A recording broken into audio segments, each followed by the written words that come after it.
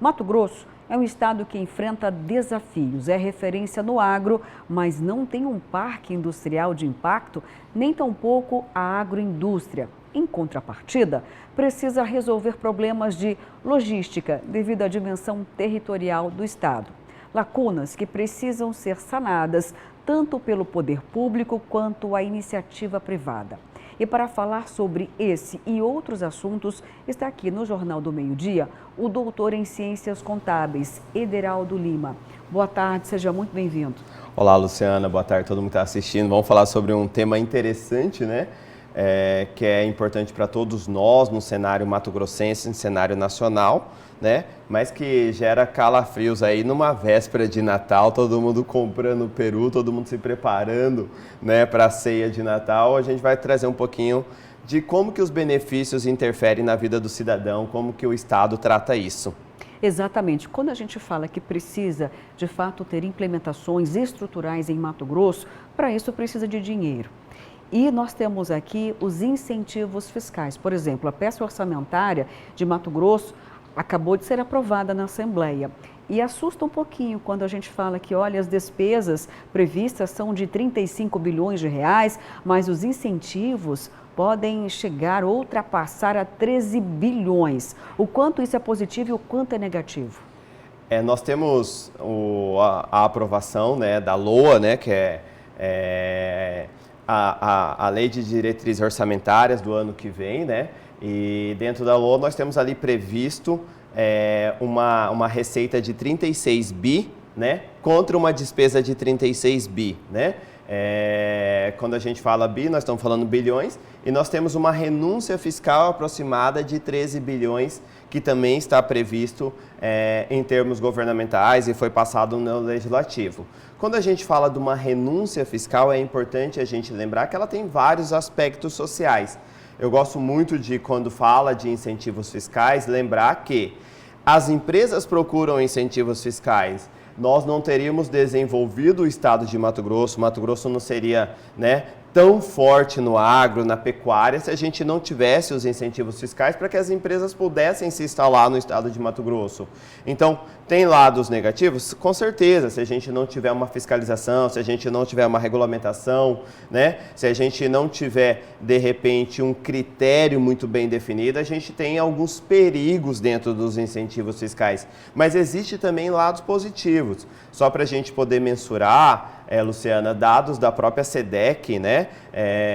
E a gente que faz estudo, a gente que avalia, Mato Grosso, ano passado, voltando para os 3 principais incentivos fiscais que nós temos no estado de Mato Grosso, que é do estado, que é o PRODER, que é o PROALMAT, que é o PRODEIC, mais de 200 mil empregos gerados, ao todo ali aproximadamente 220 mil empregos gerados em 2023 por essas empresas. Então, quando você dá um incentivo, você está incentivando, qual que é a ideia? O próprio nome já fala, incentivo. Agora, tem sim esse lado positivo, a gente sabe da geração de empregos, do desenvolvimento.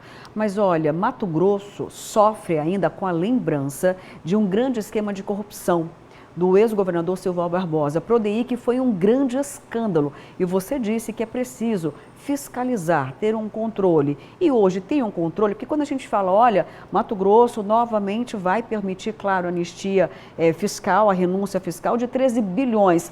Como ter a certeza de que esse recurso não é fruto de corrupção? Tem mecanismos?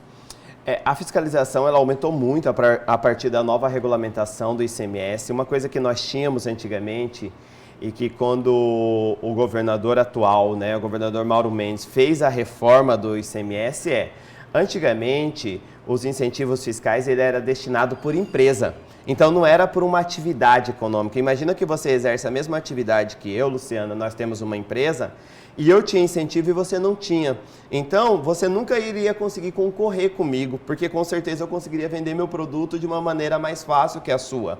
Hoje, com a reforma do ICMS, que nós tivemos lá no ano de 2019, esses incentivos eles pararam de ser por empresa e hoje eles são por atividade econômica. Então é uma maneira que tem, né, a primeira maneira da gente poder controlar isso, né, poder fazer com que o princípio da isonomia é, se nós somos iguais, por que nós somos tratados diferente, né? E eu tenho falado muito com a Secretaria de Desenvolvimento, a gente tem desenvolvido uma pesquisa, é muito importante citar isso, que com a graça, né, de Deus e todos os nossos esforços, foi aprovado na Europa. Nós estamos levando o estado de Mato Grosso para a Europa, juntamente com o estado de Mato Grosso, e mostrando que se você tiver controle, que se você tiver mecanismo, hoje, isso tem melhorado muito dentro da SEDEC, né, lá sobre a gestão do César Miranda, do Anderson Lombardi, de toda a secretaria.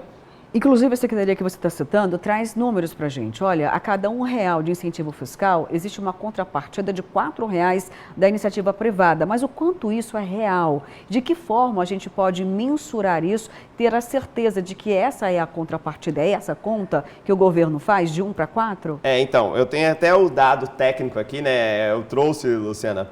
Nós temos o seguinte, em 2023, somente em 2023, para cada R$1 de incentivo dado, foi gerada uma contrapartida de R$ 3,97. Então, 2,97 a mais, né? Então, quer dizer, para cada R$1 gerado, essas empresas investiram mais R$ 2,97, né?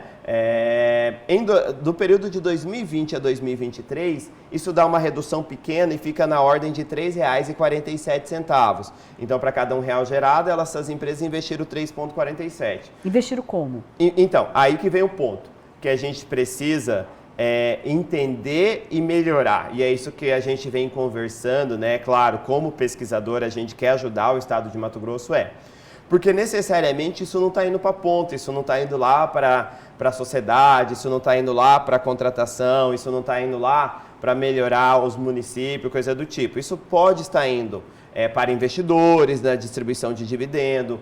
Uma coisa que a gente tem percebido muito, olhando para essas empresas que estão incentivadas, Luciana, elas têm reinvestido em melhoria. O que é reinvestido em melhoria?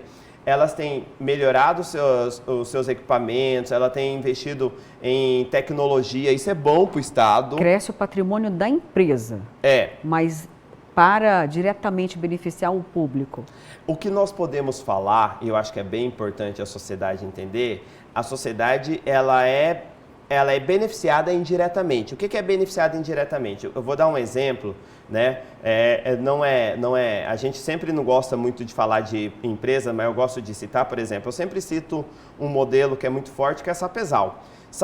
A Sapezal ela se desenvolveu através de uma empresa, né? Claramente a gente tem isso, qualquer um que pesquisar, seja tecnicamente, seja, né, de outra forma, vai ter isso, né? A AMAGE é uma empresa que desenvolveu o município de Sapezal. Se a gente pensar em Lucas do Rio Verde, nós temos ali a BRF, nós temos ali a FS, que é a antiga Fiagril, né? E nós temos ali a AMAGE. Então, se você ir lá falar com o luverdense, você vai perceber que o luverdense vai falar bem assim, né?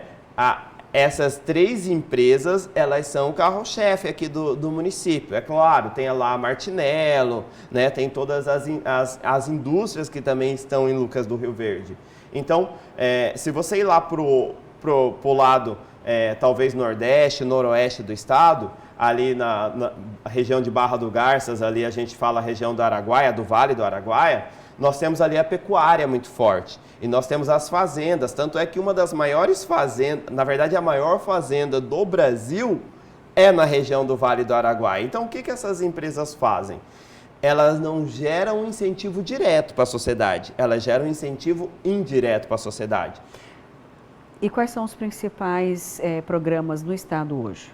Os principais programas que existem hoje no estado de Mato Grosso a nível estadual são o PRODER, né, que é um incentivo voltado para a atividade rural, o PRODEIC, que é voltado para a indústria e o comércio, e o PROALMAT, que é voltado para a indústria do algodão. Obrigada pela sua entrevista aqui, querido. Volte mais vezes. Luciana, foi um prazer. Desejo a todos aí um Feliz Natal e um Feliz Ano Novo. Próspero 2025. Que assim seja.